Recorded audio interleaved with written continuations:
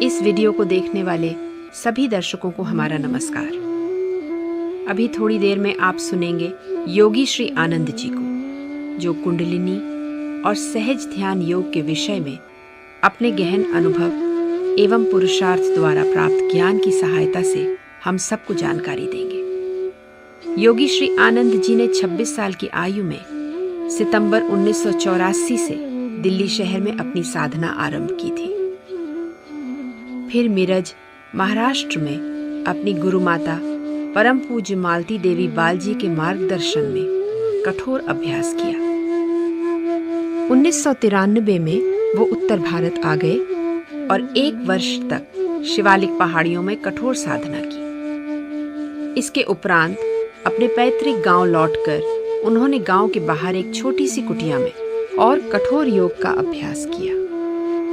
इस कठोर अभ्यास के द्वारा प्राप्त ज्ञान की सहायता से आपने कई युवाओं का मार्गदर्शन किया है। योगी श्री आनंद जी ने अपने अनुभवों और आध्यात्मिक शोध के आधार पर 3 पुस्तकें लिखी हैं, जिनके नाम हैं सहज ध्यान योग, योग कैसे करें और तत्व ज्ञान।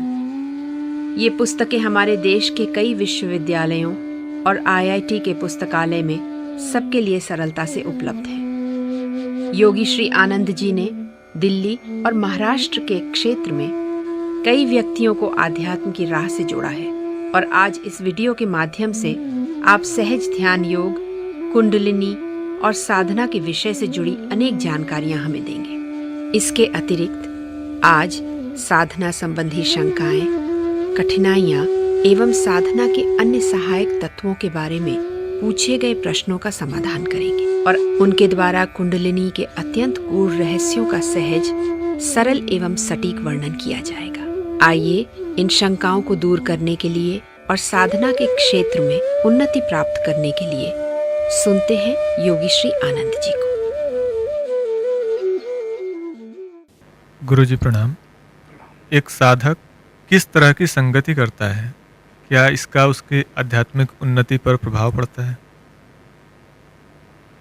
बहुत बड़ा प्रभाव पड़ता है।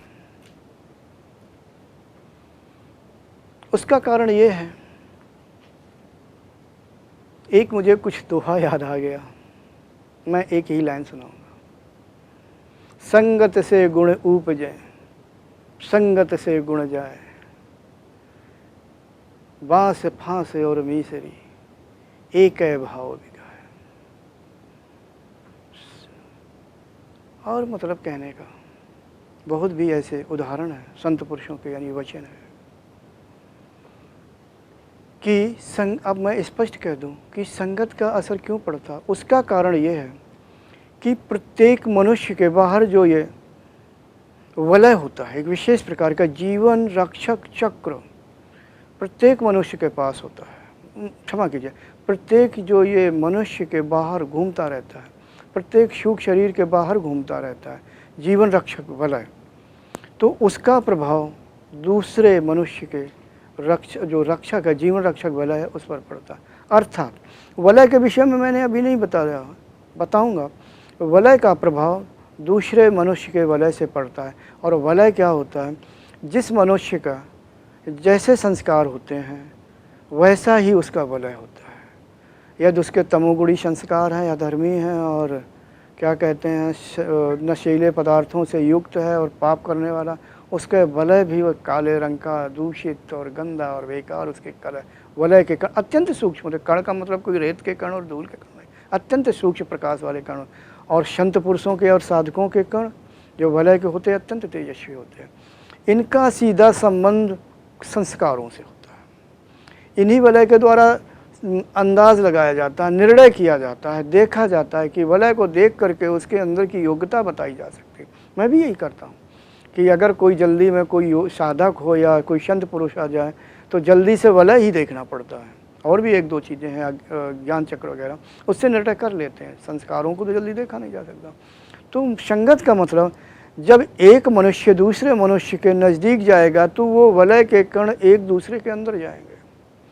जो साधक का वलय होता है अत्यंत तेजस्वी और इतना पावरफुल होता है कि दूसरे वलय के कणों को खींच लेता है। और वलय का एक नियम है, प्रकृति का नियम है कि अपने कण बिखेरता रहता है और दूसरे के लेता रहता है। तो साधक घाटे में होता है क्योंकि उसने कमाया हुआ अच्छा कर्म है, अच्छा वलय है। और जो दुष्ट स्वभाव का पुरुष होता है उसका वलय, उसको फायदा होता है। वलय कण तो अच्छा वलय कण तो उसे मिल गया, लेकिन बुरे जो वलय कण उसके हैं अच्छे पुरुष के यानी साधक के वलय में चले गए। कुल मिलाकर के अगर आप दुष्ट पुरुष की संगत करेंगे, गलत पुरुष की संगत करेंगे, तो वलय के द्वारा संस्कार उसके अंदर जाएंगे और उसका प्रभाव पड़ेगा। उदाहरण के लिए कोई भी साधक चाहे जितना ईमानदार हो और दुष्ट पुरुष का संगत करे, कैसे? मान लो शराबी की संगत करता है जानबूझ के, 2-4 दिन नहीं, 1 साल, 2 साल, 3 साल, और वो निर्णय कर ले साधक मुझे शराब नहीं पीनी, मुझे पता है मेरा साथी शराबी है, तो 1-2 साल चाहे जितनी साधना करे, अगर 1-2 साल बराबर साथ में रहेगा तो उसके अंदर शराबी के कुछ न कुछ गुण आ जाएंगे। तर्क होता है, तर्क उठता है, क्या वो भी शराब पीने लगेगा साधक? मैं कहूँगा नहीं, मगर सूक्ष्म रूप से, अदृश्य रूप से, अप्रत्यक्ष रूप से वो समर्थन करने लगेगा। कैसा? उदाहरण दे रहा हूँ कि वैसे भी शराबी को अच्छा नहीं कहा जा सकता है, चीज़ ही अच्छी है, ना शराब अच्छी, ना फिर उसको पीने वाले को भी बुरा कहा जाए। तो शराब में क्या क्या होता है दुनिया जानती है, लेकिन शराबी का या अपने मित्र का क्या समर्थन देना? अरे शराब पी ली तो क्या बुरा किया, दुनिया नहीं पीती, मैंने खुद सुना। अरे ये तो मनुष्य देवता क्या शराब नहीं पीते? जब देवता पी ली तो हमारे मित्र ने पी लिया या कभी शराब थोड़ा घूंट ले लिया, क्या बुरा किया? साधक कहेगा देखो मैं शराब नहीं पीता, मैं साधक हूँ, मैं मित्र से बिल्कुल दूर हूँ, अगर उसने पी लिया तो क्या बुराई है? लेकिन गौर करें, अगर साधक समर्थन कर रहा है या आप समर्थन कर रहे हैं तो आपके अंदर वो अवगुण आ गया शराब वाला, अदृश्य रूप में, क्योंकि आप समर्थन कर रहे हैं, कहीं ना कहीं आ गया। तो इसलिए सिर्फ उदाहरण दिया, इसका असर पड़ता है। इसके ठीक उल्टा, अगर दुष्ट पुरुष संत पुरुष की संगत करे तो निश्चित ही उसका असर पड़ेगा। हम शास्त्रों को देख लें, चाहे काकभूषण जी हों या अन्य संत पुरुषों का देखें कि बहुत से ऐसे हो गए, नारद जी के पूर्वजन को देखें, शास्त्र में क्या था, नारद जी, मुझे इतना शास्त्र की याद नहीं, बहुत समय हो गया शास्त्र यानी पुस्तकों को छोड़ दिया, याद है, अगर मुझे गलत याद हो तो क्षमा करना, कि नारद जी पहले चोरी करते थे पहले जन्म में, लेकिन बाद में उनके गांव में या उनके घर में संत पुरुष आए, किसी कारण से उनकी संगत आ गई कि उनके साथ हो लिया, तो उनके अंदर गुण आने लगे संतों पुरुषों को, और वर्तमान में देखो वो नारद जी बन गए। आज नारायण, भगवान नारायण के परम भक्त शिरोमणि नारद जी। मतलब कहने का ये तो एक शास्त्र का उदाहरण दे दिया, लेकिन तुम्हारा प्रश्न था संगत का असर पड़ता है, बिल्कुल पड़ता है। अगर गौर से देखें तो पड़ेगा, उसकी यही एक आध्यात्मिक पद्धति है, या मान लो फर्क पड़ता है एक दूसरे के, उसमें यही संस्कार जाते हैं वलय के रूप से। तो हमेशा अपने मनुष्य को अच्छी संगत करनी चाहिए। अब ये मत तर्क करना कि हम ट्रेन में भीड़ में कैसे जाएं, जनरल बोगी में, बस में भीड़ है तो कैसे जाएं, सब्जी खरीदने मार्केट में धक्के खाते हैं तो कैसे जाएं। ये साधक को सहना पड़ता है। जब वो साधना में बैठे, जब ध्यान में बैठे, तो एक विशेष प्रकार की क्रिया होती है, और संकल्प के द्वारा थोड़ा योग बल खर्च होगा, वलय में के कण जो या बाहर से संस्कार आए हैं निकाल बाहर कर दें। इस विषय में मैं फिर कभी बताऊंगा कैसे निकाले जाते हैं। तो मतलब कहने का कि जो साधक होता है उसको हानि होती है, जो दुष्ट स्वभाव होते हैं उन्हें फ़ायदा होती है। जब एक दूसरे से मिलते हैं तो असंगत का असर पड़ता है। संगत से मेरे मन में एक और प्रश्न उठा जी, कि साधक को अकेले ध्यान करना चाहिए या फिर समूह में? बहुत अच्छा प्रश्न है। जो नए साधक होते हैं उन्हें समूह में ध्यान करना चाहिए, वो फायदे में रहेगा। अभी प्रश्न मैंने इन्होंने किया, मैंने उत्तर भी दिया कि संगत का असर पड़ता है। जब समूह में ध्यान किया जाएगा तो निश्चय ही बहुत बड़ा वलय बनेगा, अर्थात उसमें ढेर सारे साधक जिस जगह पर करेंगे तो उन सभी के शरीर से योग बल किरणें, विशेष प्रकार की तेजस्वी किरणें निकलेंगी। योग बल ही एक विशेष प्रकार से निकलता है, तो वो जगह अत्यंत परम पवित्र होने लगती है, वातावरण शुद्ध होने लगता है अगर एक ही जगह साधना करते हैं। और जो अगर कोई नया साधक है, उन जो वलय जो पवित्र हुआ है, भूमि और साथ में अंतरिक्ष, यानी क्योंकि किरणें तेजस्वी होती हैं, वो चारों ओर बिखरने लगती हैं, तो साधक को लाभ मिलता है। हाँ, वो बात दूसरी है कि जो उच्च श्रेणी के साधक होते हैं उन्हें थोड़ा सहना पड़ता है कि नए साधक के थोड़े होते हैं, लेकिन जो आपने राय ली, सामूहिक रूप से ध्यान करना श्रेष्ठ कर है और अच्छा ध्यान लगता है। जी, कई बार ध्यान करते समय साधक के मन में ग्लानि के, उदासीनता के, भय के, क्रोध के आदि विचार उत्पन्न या भाव उत्पन्न हो जाते हैं। तो इस प्रकार के भाव उनके मन में ध्यान के समय उत्पन्न क्यों होते हैं, और अगर उत्पन्न हो भी गए हैं तो ऐसी स्थिति में उसे क्या करना चाहिए कि उसकी ध्यान मत में मन लगता रहे? आज प्रश्न अच्छे पे अच्छे ही पूछे जा रहे हैं। ये सभी की समस्याएं होती हैं। कहते हैं बहुत दिनों से ध्यान कर रहे हैं, क्या बताएं। ध्यान में बैठते हैं तो हमारा जो मित्र है उसके प्रति पता नहीं कैसी कैसी मेरे द्वेष से युक्त, ईर्ष्या से युक्त विचार आने लगते हैं। या कभी कभी कुछ साधकों कहते हैं कि अमुक व्यक्ति को मैं ध्यान में बैठ के गाली देता हूँ। जो तुमने ये सारी चीज़ें कही बहुत अच्छी चीज़। जब ध्यान की अवस्था में ऐसी चीज़ें आने लगे, यानी ये विचार, दूषित विचार निकले, तो समझ लेना चाहिए कि आपका ध्यान सही मार्ग पे आगे जा रहा है, आप सही मार्ग से आगे जा रहे हैं। कारण जो आपके चित्त में स्थित पूर्व काल के बुरे कर्म है, तमोगुण से युक्त, अज्ञानता से युक्त, तृष्णा से युक्त कर्म आपने किए हैं और जो गंदे कर्म भर गए हैं, और अभी जो ध्यान कर रहे हैं उनके जो संस्कार बनते हैं, ये जो अच्छे संस्कार, उन पुराने संस्कार, उन अधर्मी संस्कारों को निकाल के बाहर कर रहे हैं। जब बाहर करेंगे तो बाहर निकलेंगे तो साफ जाहिर है वैसे विचार आ जाएंगे। तब ऐसा समझना चाहिए, ध्यान के बाद ऐसे विचार बंद हो जाते हैं। अगर ध्यान के बाद ऐसे विचार बंद हो जाएं तो समझ लो हमारे चित्त की सफाई हो रही है। तो प्राणायाम अधिक करें, अन्य संयमों को मानें, और ध्यान में बैठ करके अगर किसी दूसरे के प्रति बुरे विचार आएँ तो ईश्वर से माफ़ी मांगे, उस व्यक्ति के प्रति माफ़ी मांगे जिसके लिए ऐसे विचार आ रहे हैं। रही बात क्या करें, तो अपने ध्यान को आगे बढ़ाते रहें, अंदर का कीचड़ बाहर फेंकते रहें।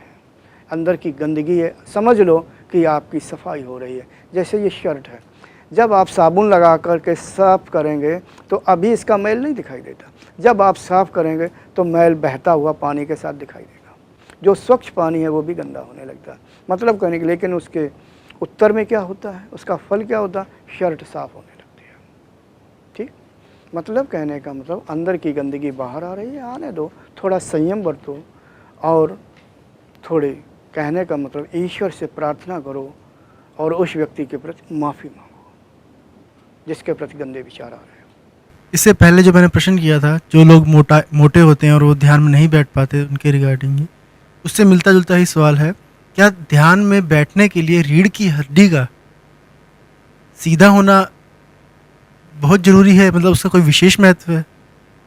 देखो, ये बात तो मैं कई बार कह चुका हूँ, सभी मार्गदर्शक कहते हैं, हमारे शास्त्र कहते हैं, हाँ सीधा होना अति आवश्यक है। अगर कारण क्या होता है कि ये रीढ़ की जब सीधी है, जब रीढ़ को जब सीधा करेंगे, जब किसी चीज़ को सीधा करेंगे तो क्या होगा कि हमारे जो चक्र हैं अदृश्य रूप में, जो सारा सिस्टम है, इड़ा पिंगला नाड़ियाँ, तो जब पहले हमारी इड़ा पिंगला नाड़ियाँ सही ढंग से चलने लगेगी, हमारी प्राणवायु सही ढंग से चलेंगे।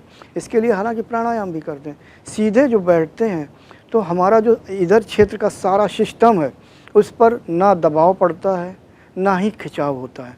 अगर रीढ़ को हम थोड़ा टेढ़ा करके बताते, मान लो ध्यान के लिए हम झुक के बैठ गए ऐसे, तो अगर देखें पीठ से रीढ़ धनुषाकार में थोड़ी मुड़ी तो क्या हुआ, मूलाधार में कुछ भी नहीं हुआ, लेकिन बीच में जो मध्य भाग है उसमें थोड़ा खिंचाव आया। जो मध्य में खिंचाव आया तो अनावश्यक रूप से दबाव आया, यानी जो ये सारी नाड़ियों का जंक्शन नीचे से ऊपर तक जो नीचे जो जा रहा है, तो कहीं पर दबाव, कहीं पर खिंचाव। ऐसा नहीं करना चाहिए। शास्त्रों में भी है वर्णन, और सभी जगह संत पुरुष ही बताते रीढ़ का सीधा होना अति आवश्यक है। इससे हालांकि प्राण जो अभ्यासी साधक हैं उन्हें कोई फर्क नहीं पड़ेगा, लेकिन नए साधक के लिए प्राण अवरोध मारने लगेगा। जैसे जब शुरुआत में प्राण ऊपर बैठता, मान लो पीठ उसे झुका के बैठ गया साधक, तो आगे क्षमा कीजिए, तो नाभि चक्र तक प्राण तो ऊपर आएगा, फिर दबाव पड़ा उस पर, कहीं खिंचाव पड़ा, यानी एड़ा पिंगला में, सुषुम्ना में, या जो भी है उस क्षेत्र में, मांसपेशियों में, तो प्राण ऊपर चढ़ने में शुरुआत में दिक्कत होगी। हर एक चीज़ की एक पद्धति होती है। थोड़ी देर के लिए कह दें ध्यान करने के लिए आसानी क्यों जरूरी है? लेट के नहीं कर सकते क्या जा सकता? आराम से करो। ध्यान में तो आप थक जाएंगे आधे घंटे में, थोड़ी देर के लिए आपको मान लो आसन सिद्ध 3 घंटे 4 घंटे लेट के करो, चाहे रात भर लेटे रहो, दिन भर लेटे रहो, 24 घंटे लेटे रहो, मगर ये पद्धति नहीं। अगर हमारे ऋषियों, मुनियों, तपस्वियों, ज्ञानियों ने अगर ये पद्धति चलाई है, उसका ज़रूर कहीं न कहीं सूक्ष्म रूप से अच्छा ही अर्थ है, अच्छा ही तरीका। हर एक चीज़ का कोई न कोई तरीका होता है। ये आप अन्य अगर भौतिक जगत में भी देखें तो इसलिए ध्यान करने के लिए रीढ़ की हड्डी, रीढ़ सीधी होना अति आवश्यक है। मेरा प्रश्न योग ध्यानावस्था के दौरान जो आने वाले अनुभव हैं उससे है। अच्छा, ध्यानावस्था में कभी कभी जैसे तरह तरह के भयावह दृश्य आते हैं, जैसे राक्षसों का दिखना या अन्य कोई भयावह दृश्य जिसमें साधक घबरा जाता है, तो ऐसी स्थिति में आप क्या कहेंगे, वो क्या करें? देखो, ध्यानावस्था में जो डरावनी आकृतियाँ दिखाई दें और इससे संबंधित दिखाई दें, तो ऐसा समझना चाहिए कि आपके चित्त की जो तमोगुणी वृत्तियाँ हैं वो आपको दिखाई दे रही हैं। तमोगुणी वृत्तियाँ ये हो सकता है ऐसी धुंधले प्रकाश में दिखाई दें या थोड़े हल्के अंधकार में दिखाई दें। तमोगुण का प्रभाव रहता है, इसलिए डरावनी आकृतियाँ दिखाई देते हैं। या जो बुरे पूर्व काल में अधर्म से युक्त कर्म किए होते हैं उनसे संबंधित होते हैं।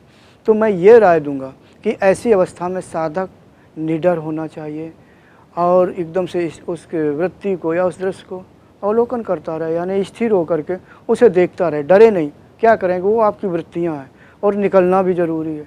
वो डर नहीं है, यार ये नहीं कि कोई बाहर से आ गया, ऐसा नहीं। वो आपके चित्त में जो गंदगी भरी हुई है, ये वृत्तियों की एक आदत होती है, किसी न किसी स्वरूप को धारण कर लेती हैं। इसी प्रकार सात्विक वृत्तियों की भी आदत होती है, स्वभाव होता है, वो संत पुरुषों की, देवी देवताओं की भी स्वरूप धारण कर लेती। इसी तरह से तमोगुण वृत्तियाँ हुई तो डरावनी शक्लें राक्षसों की पता नहीं कैसे कैसे, और ऐसी वृत्तियों जब ऐसे दिखती हैं तो धुंधले अंधकार में दिखती हैं।